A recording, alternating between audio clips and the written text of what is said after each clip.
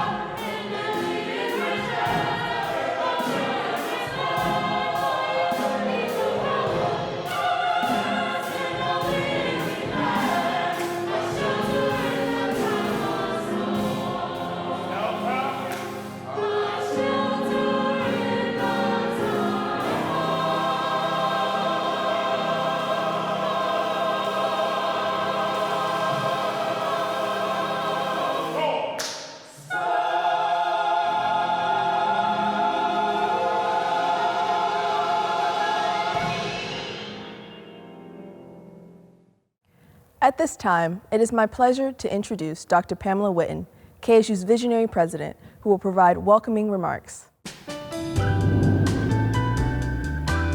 Welcome all to the 2021 Kennesaw State University celebration honoring the life and legacy of Dr. Martin Luther King Jr.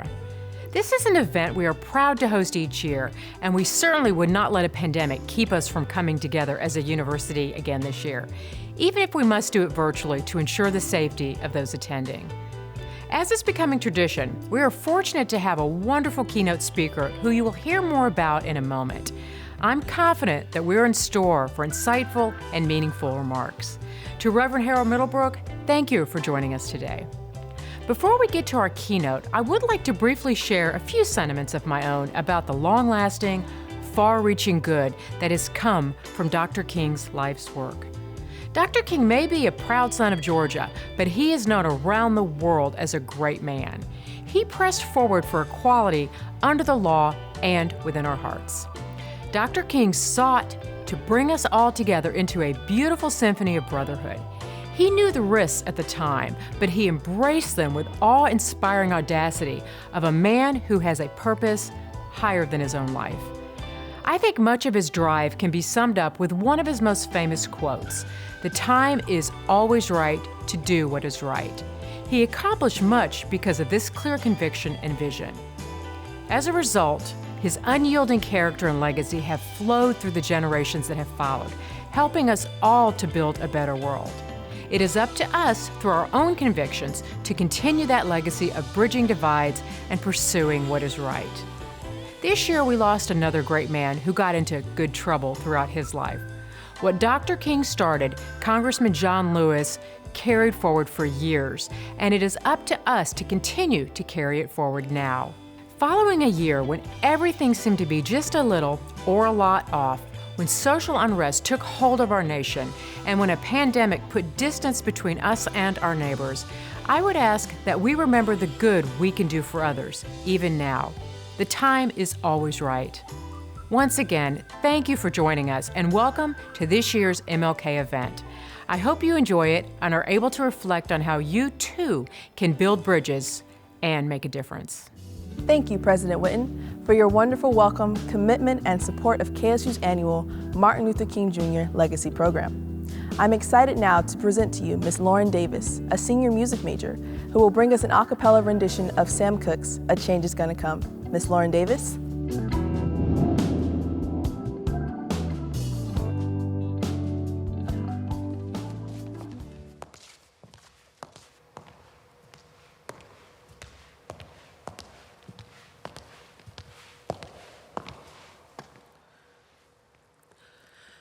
I was born by the river in a little tent, oh, and just like that river I've been running ever since. It's been a long time coming, but I know a change gonna come, oh yes it will. It's been too hard living, but I'm afraid to die, 'cause I don't know what's up there beyond the sky. It's been a long time coming, but I know a change gonna come, oh yes it will. I go to the movie and I go downtown, but somebody keep telling me don't hang around. It's been a long time coming, but I know a change gonna come, oh yes it will. Then I go to my brother and I say, brother, help me please. But he winds up knocking me back down on my knees. Oh, there have been times that I thought I couldn't last for long, but now I know I'm able to carry on. It's been a long time coming, but I know a change gonna come. Oh, yes, it will. I said it's been a long time coming, but I know a change gonna come.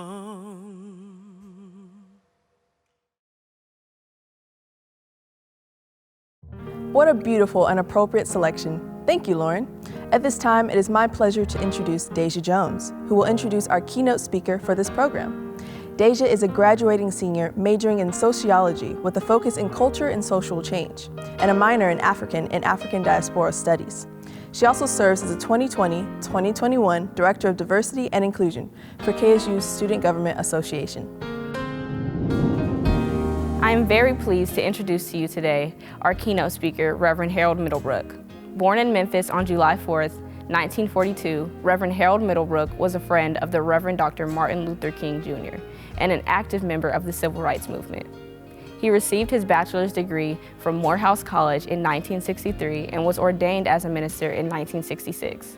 It was at Morehouse where he would meet Dr. King and would establish a long association with the King family, which led to him serving as the youth minister at Ebenezer Baptist Church. He would also become a member of the Student Nonviolent Coordinating Committee and participated in several sit-ins in Atlanta. In 1968, as assistant pastor at Middle Baptist Church in Memphis, he served on the strategy committee of the Community on the Move for Equality, where he organized youth activities. In March of that year, the American Federation of State, County, and Municipal Employees organized a strike in Memphis after the city fired an African-American sanitation worker because of his union activities. Reverend Middlebrook was instrumental in securing the appearance of Martin Luther King Jr. in the mid-March to support the strike, which lasted 65 days. Dr. King visited to Memphis to lead a mass march, and King returned to Memphis on April 3rd to offer further support to the strikers. The next day, King met with friends, including Reverend Middlebrook, at the Lorraine Motel to plan the next mass march. As he leaned over the balcony to speak to the people in the courtyard, a single gunshot tore through his neck and chin. He would die on the balcony that day. Reverend Middlebrook continued to pastor and serve the Baptist conventions after King's assassination. He held pastorates at Greater Springfield Baptist Church in Bolivar, Tennessee, and Mount Calvary Baptist Church in Knoxville, Tennessee, where I had the pleasure of being one of his parishioners. In 1986, he founded the Dr. Martin Luther King Jr. Commemoration Commission of Greater Knoxville, which he chaired until the year 2000. Reverend Middlebrook has appeared in several films on the Civil Rights Movement, including the 1993 documentary At the River I Stand and the 1998 Oliver Stone documentary Assassinated: The Last Days of King and Kennedy. Kennesaw State University, my former pastor and a national treasure, Reverend Harold Middlebrook.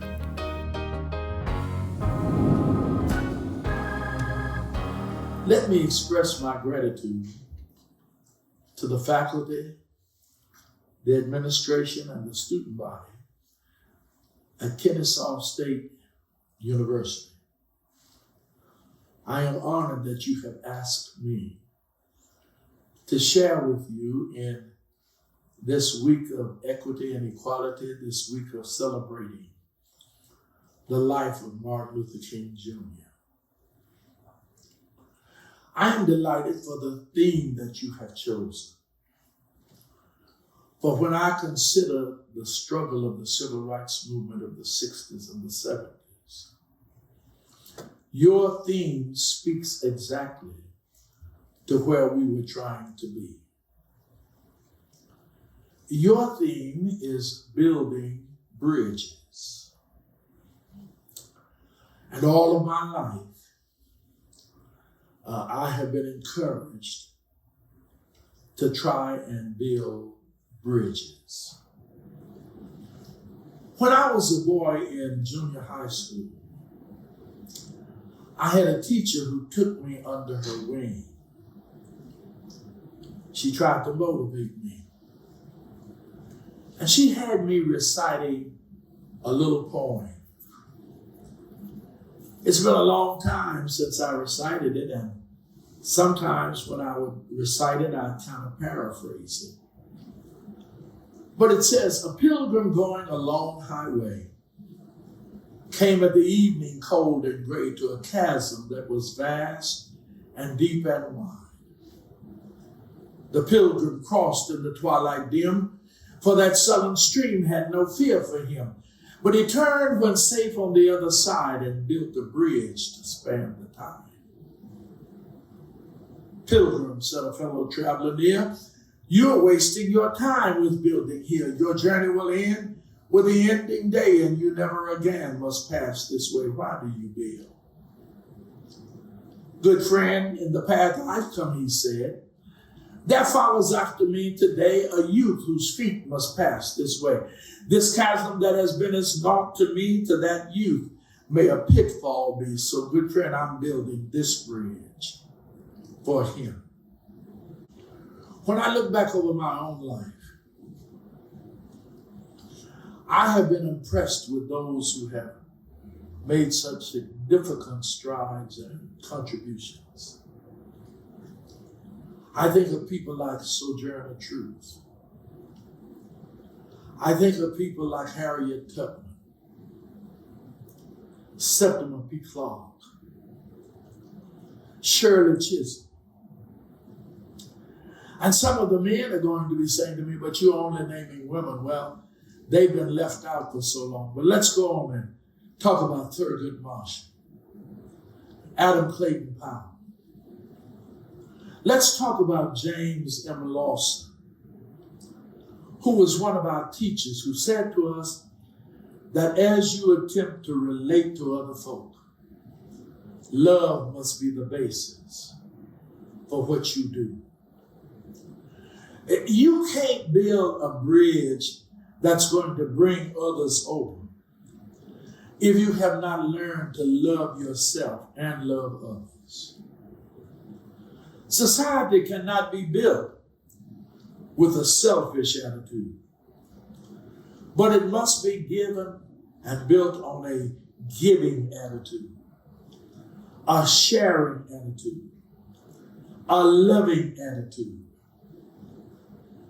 It is interesting to me that over and over and over again, I'm reminded that Native Americans shared with the early settlers as they weathered that first real winter. And they shared together on how to live. I'm reminded that it was people of color, Native Africans, who helped to build this nation and to share. Yes, heretofore we might not have been in the history books, but together, black and white, red and yellow, brown, we have worked to build a nation, sharing with one another, building bridges with one another that will build America and make America an envy of the rest of the world. So during this week, as you share in equity and equality, as you share in the life of Martin Luther King Jr., as you share remembering those who have given their lives and died for a struggle and for a cause, remember that you must reach out your hand. You must see each other as brothers and sisters, not as enemies. Not I-thou relationship, but we, one, together. This bridge that has been as naught to me, to you youth, could a pitfall be. And so the work of all of those who've gone on has merely been to build a bridge that you can cross over, that you can be somebody, that you can share. When we think of all that happened in 2020 and the years before, there were those who came on the scene.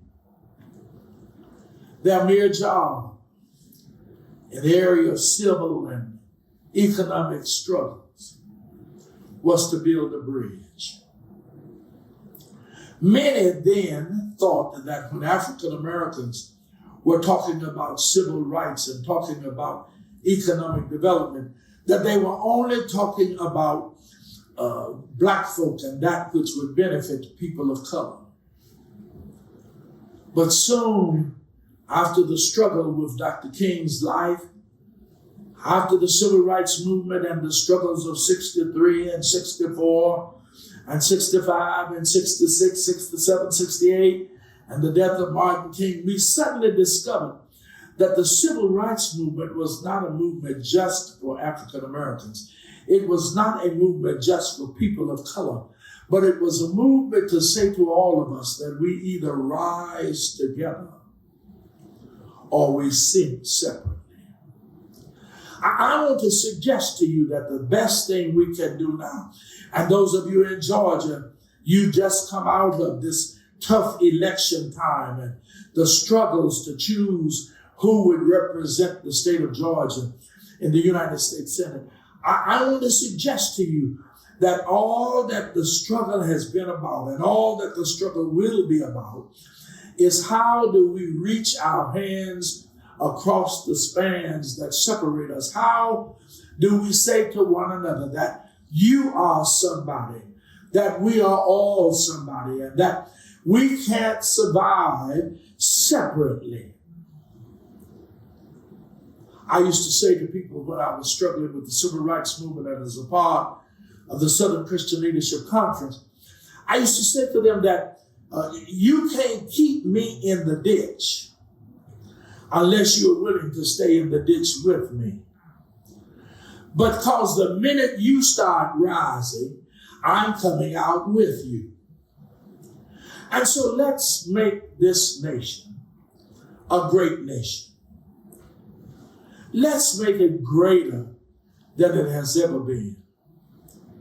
Let's make it a loving nation, a sharing nation, not looking at each other because of the color of our skin, not looking at each other because of the texture of our hair, not looking at each other because of the economic background for which we have come, but looking at each other for the potential that all of us have to be somebody. When I was a boy, my grandmother told me when I was 5, she said, boy, and she was the only one really who could get away with calling me boy. Everybody else I thought was saying Roy. But she said to me, boy, your feet might be in the mud, but your head ought to be in the stars. You ought to constantly strive to be better than where you were yesterday. And so some years later, in 1969, we were down in Mississippi carrying on the march against fear. And Jesse Jackson started a little quote, and he would say, I am. And the young people would holler, I am. And he would say, somebody. And they would say, somebody. I am somebody. And Jesse looked at me and Jesse said, Middlebrook, you don't act like you're excited about I am somebody. I said, Jesse, I'm excited. He said, but you don't really act like you're excited. I said, I am excited. He said, but you don't have the enthusiasm. I said, Jesse, the problem is that you are late. Big Mama told me when I was 5 that I was somebody. I want to say to all of the students at Kennesaw State, I want to say to all of the people in the surrounding community, Every one of you, you are somebody. It does not matter where you come from. It's where do you want to go. It's how are you willing to get there. If you are willing to share with somebody else as we pass this road together, we can build bridges toward the future. We can overcome any difficulty that besets us. We can rise to sing anew. We shall overcome. We can rise anew to say, I've been through the storm. I've been through the rain. But I've been brought to help somebody else to be what they can and possibly be. And so in the words of Martin Luther King Jr., as you work to build a new society, as you work to make sure that everybody has an opportunity to cross the chasm, to cross the sea, to cross anything that holds us back. When you cross over and you stand up and look back to see where you come from, you will be able to use the words of Martin Luther King Jr. Free at last. Free at last. Thank God Almighty, I'm free at last. But none of us are free until all of us are free together. God bless you, and may you have a good day. Thank you, Reverend Middlebrook. What a treat we've had hearing from one of Dr. King's foot soldiers as we pause to commemorate Dr. King's life and legacy. Again, thank you, Reverend Middlebrook.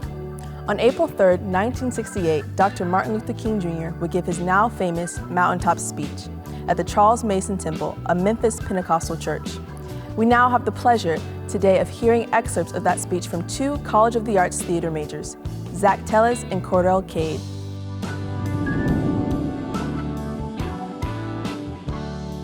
Something is happening in our world. The masses of people are rising up, and wherever they are assembled today, whether they are in Johannesburg, South Africa, Nairobi, Kenya, Accra, Ghana, New York City, Atlanta, Georgia, Jackson, Mississippi, or Memphis, Tennessee, the cry is always the same: we want to be free. Man, for years now, I've been talking about war and peace, but no longer can they just talk about it. It is no longer the choice between violence and non-violence in this world. It is non-violence or non-existing. That is where we are today. And also in the human rights revolution, if something isn't done and done in a hurry to bring the colored peoples of this world out of their long years of poverty, their long years of hurt and neglect, the whole world is doomed. Now, I'm just happy that God has allowed me to live in this period to see what is unfolding, and I'm happy that He's allowed me to be in Memphis. Now we're going to march again. But we got to march again. In order to put this issue where it's supposed to be, and force everybody to see that there are 1,300 of God's children here suffering, sometimes going hungry, going through dark and dreary nights, wondering how this is going to come out. That's the issue. And we got to say to the nation, we know how it's going to come out. For when people get caught up with that which is right, and they are willing to sacrifice for it, there is no stopping point short of victory. Now, the other thing we'll have to do is this: always anchor our external direct action with the power of economic withdrawal.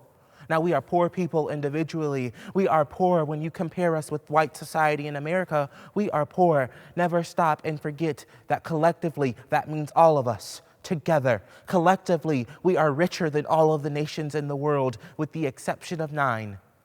Did you ever think about that? After you leave the United States, Soviet Russia, Great Britain, West Germany, France, and I could name the others, the American Negro is collectively richer than most nations of the world.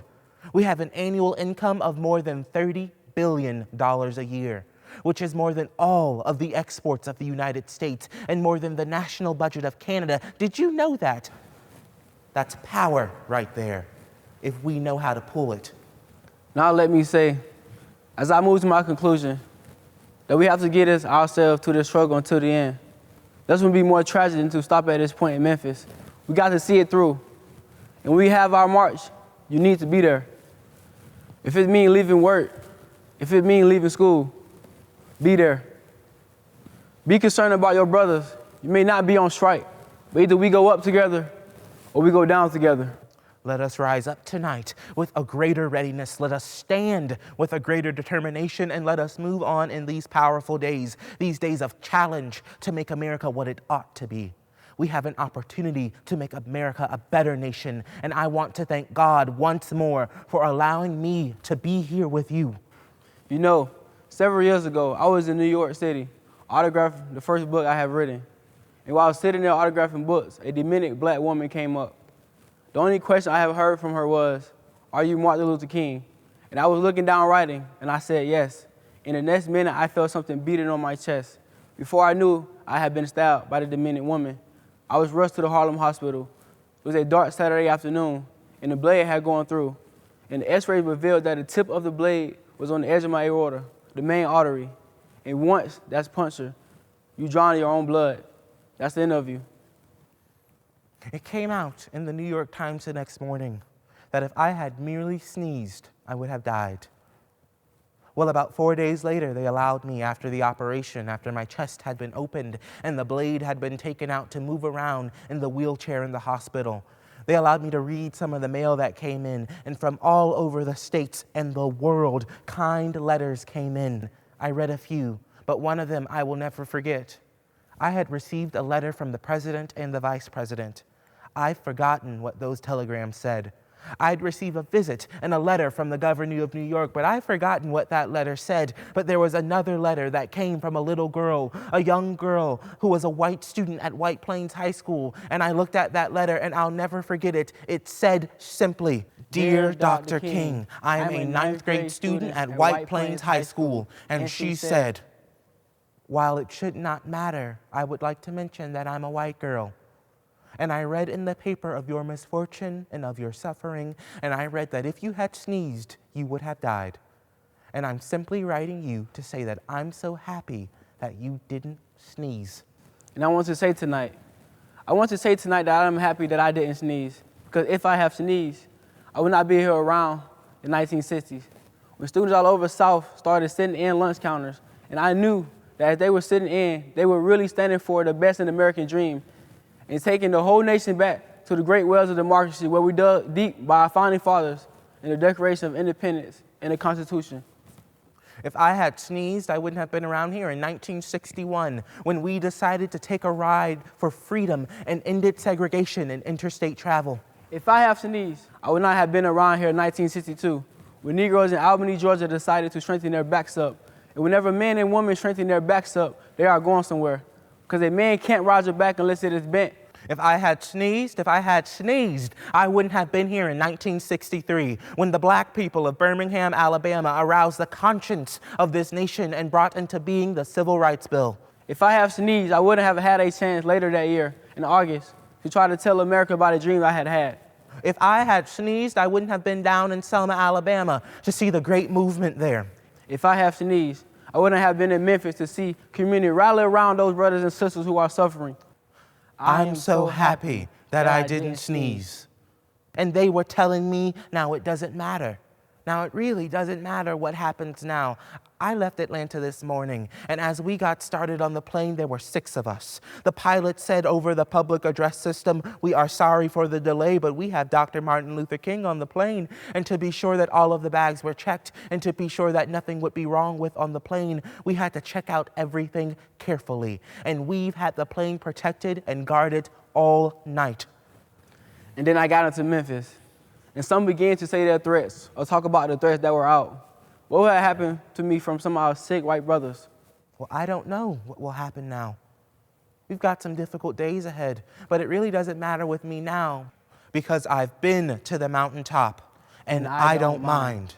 Like anybody, I would like to live long. Longevity has its place, but I'm not concerned about that now. I just want to do God's will. He has allowed me to go up to the mountaintop, and I have looked over and I have seen the promised land. I may not get there with you, but I want to know tonight that we as people will get to the promised land. And so I'm happy tonight. I'm not worried about anything. I'm not fearing any man. Mine eyes have seen the glory of the coming of the Lord.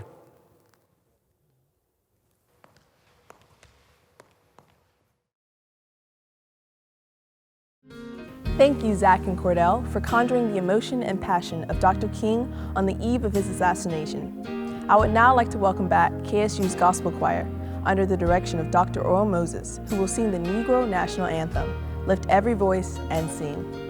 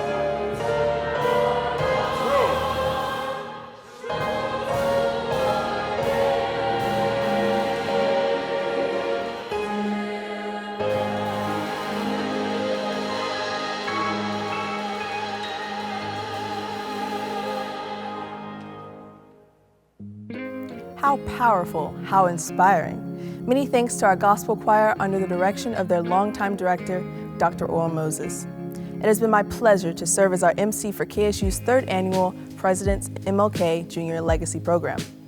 We will see you in person next year. I am now delighted to welcome to the podium our Chief Diversity Officer, Dr. Sylvia Carey Butler, who will bring closing remarks for today's program.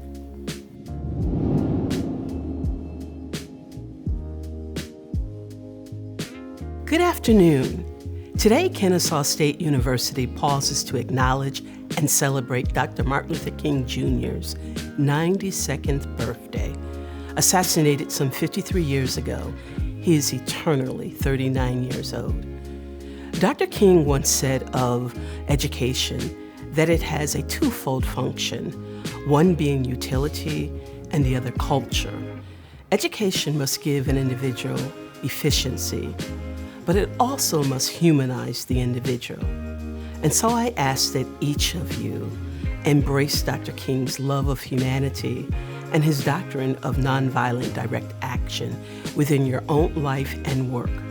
I ask that whatever you do, that you will always work towards equality and equity. And that is how we all can be the guardians of the dream and keep marching towards Dr. King's beloved community. This is how we can build bridges and not barriers. I want to thank Reverend Middlebrook for giving us a glimpse into Dr. King's last days on earth. You truly are a part of the living history and a good steward of Dr. King's dream. We hope that you will remember this day. Please know that Kennesaw State University really appreciates you. Again, thank you. I also want to take this opportunity to thank President Whitten, the MLK Planning Committee, KSU's outstanding gospel choir under the leadership of Dr. Oral Moses, and all the student participants on the program for their wonderful contributions to this year's program, along with KSU's amazing strategic communications team, who helped to make this year's program a virtual success. Thank you for joining us.